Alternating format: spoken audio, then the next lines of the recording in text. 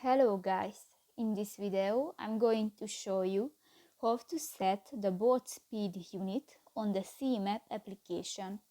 But first of all, I just want to mention, please don't forget to subscribe to our channel, because at 100,000 subscribers we are going to show you our YouTube revenue statistics and growth strategy, how to make money online.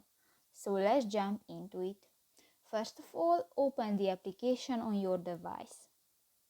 Go to the settings icon next to your email and just scroll down to the units section, and here you can find the boat speed option, and just select an option and step on it and done. So that's pretty much it for this video, guys. See you in the next one. Bye bye.